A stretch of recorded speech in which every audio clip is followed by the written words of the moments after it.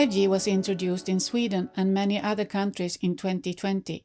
This new technology is intended to provide much faster transmission speed, and it uses higher frequencies than 3G and 4G. 5G emit 10 to 100 times higher levels of microwave radiation than previous systems. The 5G started to be deployed without any study being performed previously investigating the health impacts from this new technology. I'm a medical doctor, oncologist, so I have been treating cancer patients. My research into environmental agents and cancer risk started with the Agent Orange stuff that was used in Sweden too. That was in the 1960s and 70s, and I met back in 1980s or late 1970s patients with a special type of cancer that have been spraying in the woods with this Agent Orange stuff. And at that time it was not widely known that there was a dioxin problem, a TCDD problem. I went on with other studies on persistent organic pollutants like PCB and cancer risks and so on. And finally, during the last 2 decades or a bit more, studying the radio frequency radiation and cancer risks. So we have published a number of studies on cancer risks, mainly on using the mobile phone and the risk for tumors in the brain, glioma, and also on the hearing nerve, acoustic neurinoma, which were confirmed in our studies and also in other to be about 2 to 3 times increased risk if you have used the mobile phone for a substantial number of years, 10 years or more. And from that on we have moved to look into the environmental exposure to radio frequencies mostly from base stations, which is a really growing problem with the introduction of 5G, etc. I'm a journalist. Usually you call it like an investigative reporter, and also done a lot of documentaries, especially in the field of radio. And so I've been working many years for the Swedish public service, for the radio mostly, and some TV also. And then since a few years back I started my own channel, which is called Folkets Radio, the People's Radio. I think this was also, in the time when they were introducing 5G. I was acquainted with a guy who was driving around in Stockholm and measuring in people's homes. So I was offered to go along with him for a day. So I brought my recorder and my microphone, and we were riding around Stockholm and meeting people who were complaining about this. There was especially one place in Kista, a suburb to Stockholm, where a woman, I think of Iranian descent, she was complaining that there was tons of these antennas on her roof just above her ceiling. And her daughter was waking up in the middle of the night with nose bleeding and all kinds of problems. And she was really desperate. So I made an interview with her, and it was heartbreaking, really. But I didn't feel anything. So I said, could you show me one place in this apartment where you think it's really bad? So she said, well, here is this kitchen table. We don't use this anymore because people who come here, even if they have no prior knowledge, they ask, is there something strange in this apartment? So I said, okay. So I sat there and I started my clock, and and my tape recorder. And in 1 minute and 2 minutes and nothing happened, 3 minutes. But then after like 4 minutes, it started pinching in my hand, in the arm. And it sort of gets stronger and stronger. So after like 7 minutes, I decided, yeah, I do feel something. So I sort of, and then we thanked her. And then when I came down from the elevator, it was like an elephant had been standing on my chest. I lost my breath, and I was completely, dehydrated. I couldn't breathe for a few seconds, and that was sort of the first time that I really felt, wow, this has some impact. The fact that 5G was to be deployed without any previous safety studies upset a number of scientists that called for safety studies to be done before the 5G deployment.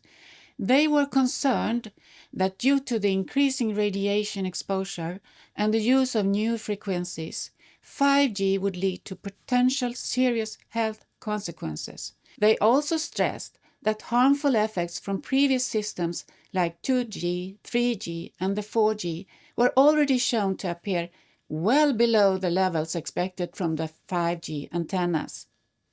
And then I think 1 or 2 years later I was moving in here and I was feeling sort of pain in my chest. And I think normally I wouldn't have any, I would just wonder, why do I have that? But since I was working with this topic, it came to my mind, what if actually this 5G tower is affecting me? So I asked one of the people that I interviewed who has this kind of meter, IMF meter, if he could come to my place and measure. And so he did, and he said, oh, it's quite high actually in your bedroom. The Swedish Radiation Protection Foundation was contacted by a number of people complaining of various symptoms such as sleeping problems, headaches, dizziness, heart problems after 5G base stations had been deployed close to their apartments or houses. This is exactly the same symptoms that had been identified in scientific studies during the last 25 years among people living close to mobile phone masts. Dr. Lennart Hardell then suggested that we should investigate the health effects and radiation levels from 5G. We have this far published 8 case studies and 1 summary of the studies. Shockingly, these case studies are this far the only studies that have investigated health impacts on people exposed to 5G in real life. This type of research is not done in other places, as far as I know, around the world. But these have been case reports, people who have talked about their symptoms after 5G was implemented on the building or on the other side of the street, and they get these typical symptoms, as you can include them in the microwave syndrome, with headache, fatigue, difficulties to sleep, etc. There can be muscle pains and problems from the stomach and from the heart, of course, too. So there's quite a lot of symptoms, and they can develop very quickly when you are exposed, in contrast to cancer, which we haven't studied, which is a long-term effect. I mean, 5G started some 4 or 5 years ago in Sweden, 2020, and the cancer effect will come up after 10, 15 or 20 years. You have both the cancer risk in long term, but you have these acute symptoms, which some people develop, others do not. Many may have them, but they are not aware of the connection with the radio frequency radiation. Furthermore, this is like classic provocation studies, because most of these people have had to leave their office or homes to another place for living, and then their symptoms disappear within a very short time, within a few days. I have lived in my apartment almost 30 years, and I had base stations near my apartment for many years, 3G, 4G, but after they upgraded to 5G, they put up a lot of more antennas. It was 3 times bigger, the antenna elements, and what worried me, I saw that they were pointing it directly to my apartment, and they placed it on a house that was lower than the house I was living in, so it was directly in front of my house. And I measured later on that it was around 22 meters away from my apartment. During the first week I started to notice that pattern, that each night around 10 or 11 I sensed a hard beating of my heart, and it continued during all night until I left my home. And I remember when the weekend came, my heart was beating non-stop Friday night until Monday morning. I was out of energy, started to get headaches, and I had visit of my ex, and she immediately felt, after half an hour sitting in my living room, she felt pain in her brain and started to crying and asked me what is happening, what is this? Is this the antenna, 5G antenna? What's happening here?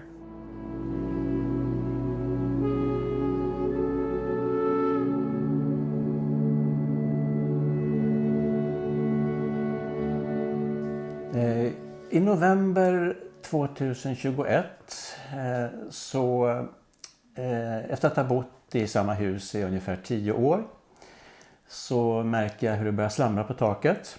Och efter mycket om och men fick jag reda på att det var en av de större mobiloperatörerna i Sverige som skulle montera nya antenner på taket. 5G då bland annat. Innan det här hände så fanns det en befintlig basstation på taket med en äldre version då. Så jag kände till att man kunde mäta mikrovågsstrålning, så jag kontaktade en man som kunde mäta upp det här ordentligt då innan det här var installerat. Så vi fick de mätvärden före de här 5G-masterna installerades. När man hade kopplat in 5G då så fick jag väldigt snabbt och tydligt symptom. När jag kände att allting, det bara var fel i kroppen. Jag fick huvudvärk, yrsel, tinnitus, det stack i huden. Och jag försökte lägga mig i ett annat rum. Det var lite bättre där men inte mycket. Jag var ju medveten om det här att det finns något som heter placeboeffekt. Att tankar och känslor påverkade. Så jag provade verkligen mig själv. Hur fungerade jag och hur var jag på min arbetsplats? Ute, inne, i olika rum och hemma hos andra och sådär. Och det slutade alltid med att samma symptom kom när jag kom hem och speciellt då uttalat i sängen. Det vi gjorde då när vi insåg att det här var i drift, det var att jag igen kontaktade den här mannen då som utförde mätningar, mikrovågsmätningar. Och då fann vi ju, eller han sa så här att med de strålningsvärden som vi då uppmätte så sa han: här kan ni inte bo, packa era väskor. Före installationen med den då gamla befintliga utrustningen mätte vi 6000 mikrowatt per kvadratmeter. Och efter installationen när den var fullt i driftstagen så mätte vi då minst 2,5 miljoner mikrowatt per kvadratmeter. Och det slog i botten. Speciellt på Kerstins sida av sängen där av någon konstig anledning. Men antennen satt alltså precis ovanför vårt sovrum, 5-7 meter därifrån. Så det gjorde vi. Vi packade våra väskor och nu hade jag tillgång till en liten etta på 30 kvadratmeter där vi då fick ta ut en bäddsoffa och bo då. Vi flyttade ner till kontoret. Jag var bortrest sen i 2 veckor. När jag kom tillbaka så provade jag att bo själv i lägenheten. Det var då mina symptom kom. Och det var sömnsvårigheter, hudrodnad, tinnitus, näsblod fick jag, yrsel. Så då insåg jag ju att jag kan inte bo här heller. Jag får flytta ner också tillsammans med Kerstin då på vår lilla lokal. Och där försvann ju både dina och mina symptom inom någon eller några dagar. Så det var ganska uppenbart att de här symptomen kom ifrån vår lägenhet, det som var på taket.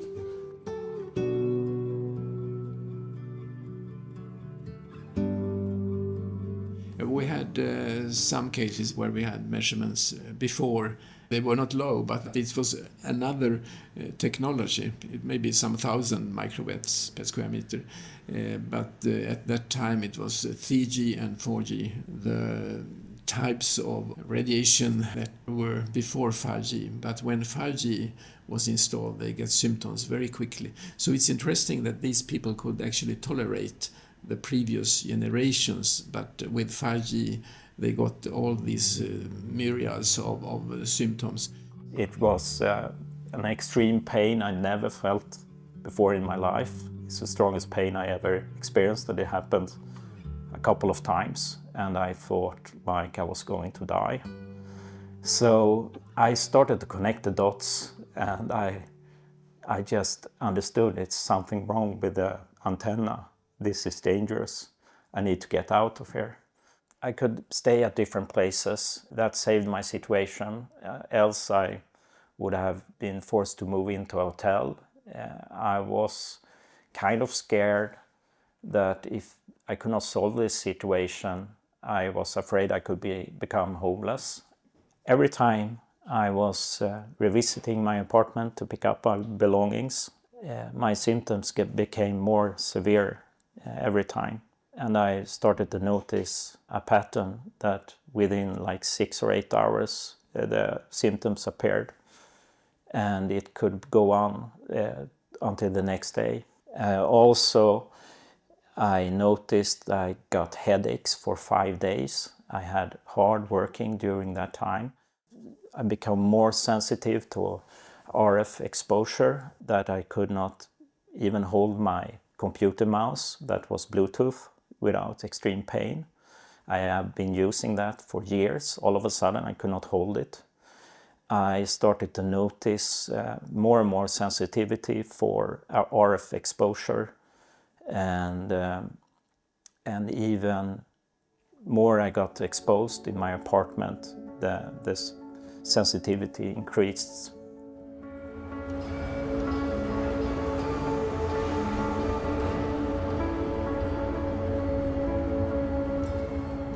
Our governments and the industry claim that there are no health risks with the 5G radiation because we have so-called safety limits that protect us against harm. However, they only protect against immediate heating effects that were observed from an hour of extremely high exposure. In consequence, they do not protect against any other effects from long-term exposure, for instance, cancer, sleeping problems, headaches, heart problems, or any other harmful effects that are not due to heating. Therefore, most scientists consider that these limits are insufficient to protect against health hazards. So why are the limits not more protective? The answer is that they are important for the industry. These limits that most countries have adopted are recommended by influential organizations such as the ICNIRP, the World Health Organization, and the European Commission. Both the ICNIRP and the World Health Organization have been criticized for defending the interests of the industry rather than public health. For many years, the World Health Organization even received funding from the telecommunications industry for promoting these limits, and the ICNIRP has also been criticized for having ties to the industry.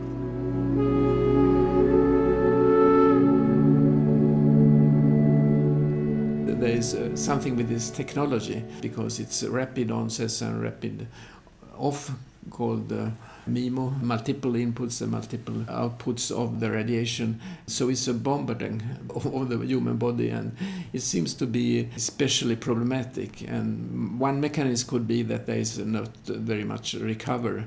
I mean, usually if you go on cellular level and get a toxin or on a radiation, there can be some damage, but there is also a reparation mechanism in the cells. This cannot be done with 5G because it's so rapid and it's so very high pulses. So they get these toxicological effects on the human body. I mean, this is used in radiotherapy, radiation of cancer.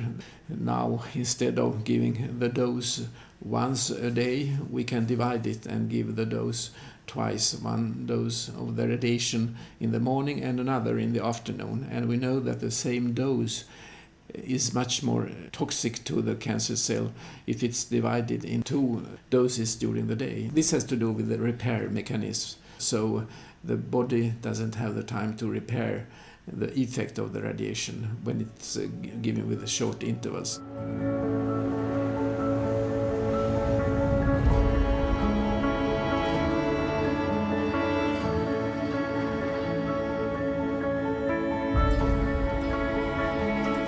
So I become very sensitive to Wi-Fi and Bluetooth. When I moved to another apartment, I became very sick. I was still in a very bad shape, and I was extremely sensitive to all form of RF exposure. So that's a problem when you get affected. You can't live in an apartment almost anymore, because there is so huge exposure today, even from your neighbors, because they have Bluetooth speakers, they have Wi-Fi routers, they have mesh networks. We have built a society that makes people sick today.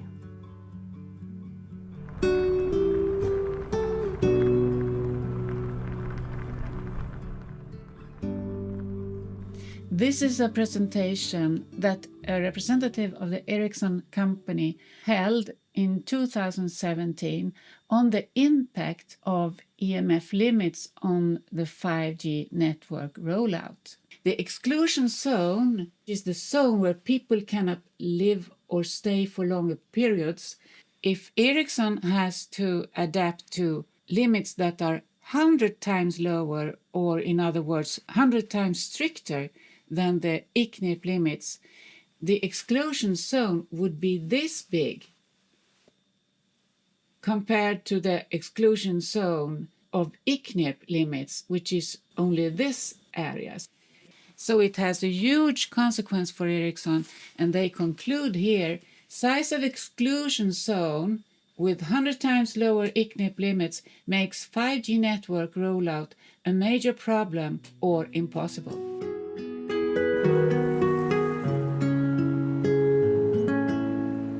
On the other side here, lots of base stations for 5G. I think we can count to 8, and they are located very close to the people who are walking around and close to the heads of people, of course, because it's just one flat building like that. And we have very high exposure here.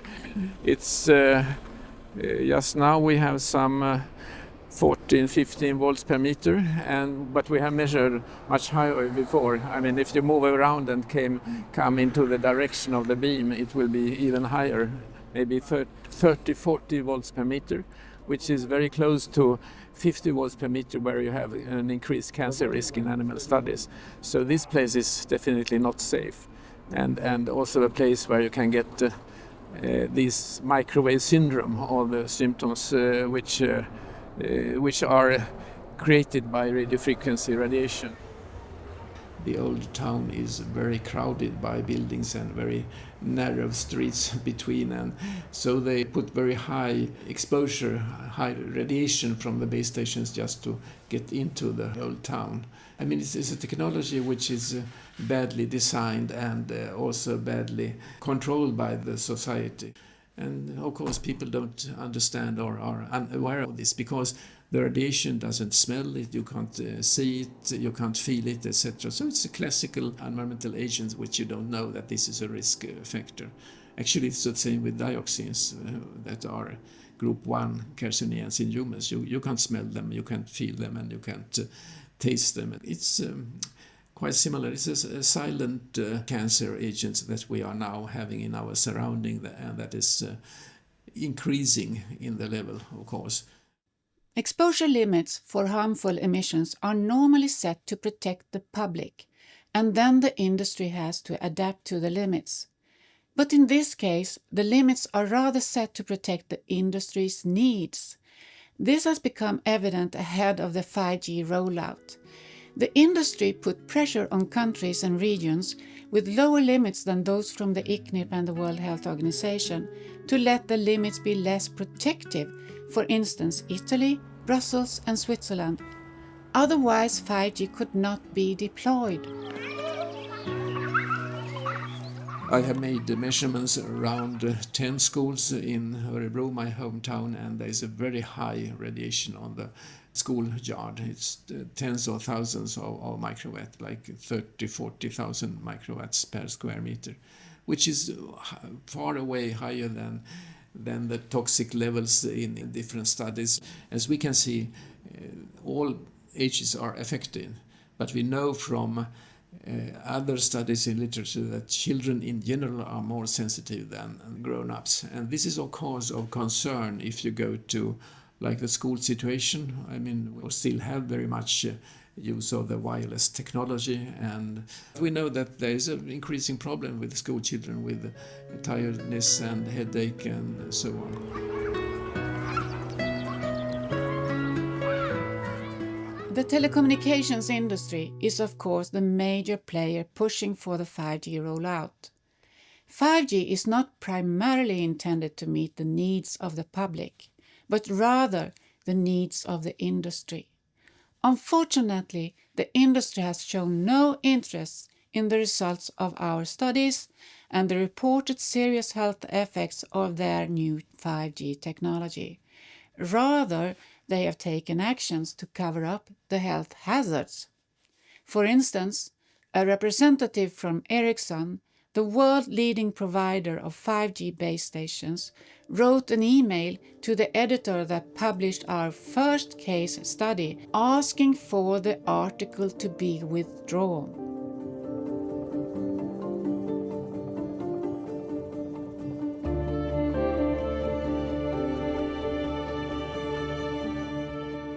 This is evidence that the industry is working behind the scenes to cover up the health hazards and it's not interested in any objective investigation of health effects. They are important, these case reports, because they are the red flags that something is happening. This is the first sign. It's like the Canarian bird down in the mines where they used to have them to see if they reacted on the ambient air quality and could see if they got sick, that, well, it's not good here. And if we look historically, very much of the medical knowledge has started with case studies, like case reports. That's the first sign that something is wrong here. But of course they need to be supplemented with more studies and larger case series and so on. People are forcibly exposed to this radiation in their own homes without any possibility to say no, without their informed consent, and without any studies showing that it is not harmful. On the contrary, there are increasing evidence that it is harmful, and an increasing number of scientists are warning about the health risks. This situation is, of course, against what we must expect from a democratic society.